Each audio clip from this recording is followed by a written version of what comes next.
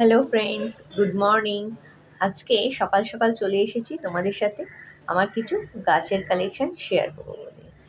আর আমার শখের যে ছোট্ট বারান্দার বাগান, সেটাও তোমাদেরকে আগেও দেখিয়েছি। আজকেও চলো সেখানেই আমরা আবার আসি। আর নতুন কিছু আমি গাছ কিনেছি, সেগুলো তোমাদের সাথে শেয়ার করব। চলো দেখা যাক।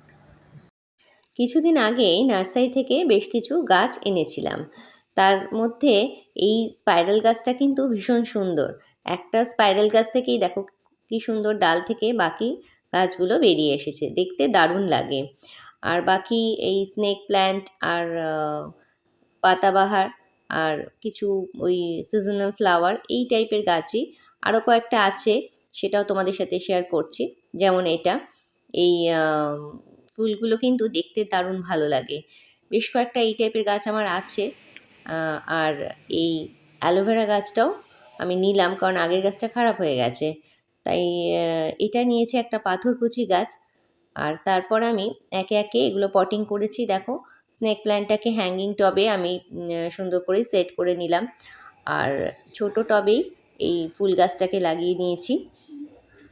বাকি যে ফুলের চারা গাছগুলো, সেগুলোকেও আমি ছোট ছোট টবেই সেট করেছি, কারণ এগুলো তো একদম ছোট গাছ আর সিজনাল ফ্লাওয়ার, তাই ছোট টবেই এগুলো ভালো লাগবে বলে আমার মনে হলো। শীতকালে এই সুন্দর ফুল গাছগুলো দেখতে ভীষণ ভালো লাগে। প্রত্যেক বছরই নিই শীতের সময় নানান রকম এই ফুলগুলো দেখতে সত্যি ভীষণ আনন্দের লাগে। আর তার সাথে নিয়েছি এই হ্যাঙ্গিংয়ে একটা গাছ। এই গাছটার এক্স্যাক্ট নাম আমি জানি না, তোমরা জানলে অবশ্যই জানিও। আর তারপরে আমি দেখলাম যে বারান্দায় অনেকটাই আমার ভরে গেছে নানান রকম গাছপালা লাগিয়ে।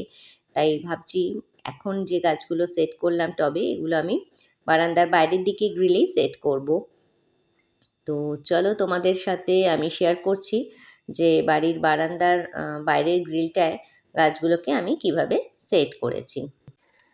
এই হলো আমার বাড়ির বারান্দার বাইরের গ্রিলটা। এখানেই আমি সব হ্যাঙ্গিং টবগুলোকে রেখেছি। আর বারান্দার ভেতর দিকে তো আমার জামা কাপড় মেলাই হয়, প্লিজ এগুলো তোমরা ইগনোর করে নিও দেখার সময়। আর এটা একটা জেড প্ল্যান্ট। আর বাকি গাছগুলো আমি মোটামুটি দেখালাম, যা যা আমার এখানে কালেকশানে আছে বাড়ির সামনের বাগানের কিছু গাছ আর হ্যাঙ্গিংয়ের গাছগুলো। বাকি আরও গাছপালা যা যা আমার বাড়ির চারপাশে আমি রেখেছি, সেগুলো অবশ্যই তোমাদের সাথে পরবর্তীকালে আরও আমি শেয়ার করব। তোমরা যারা গাছ ভালোবাসো, আশা করি তোমাদের ভালো লাগবে। চলো তাহলে আজ এ পর্যন্তই।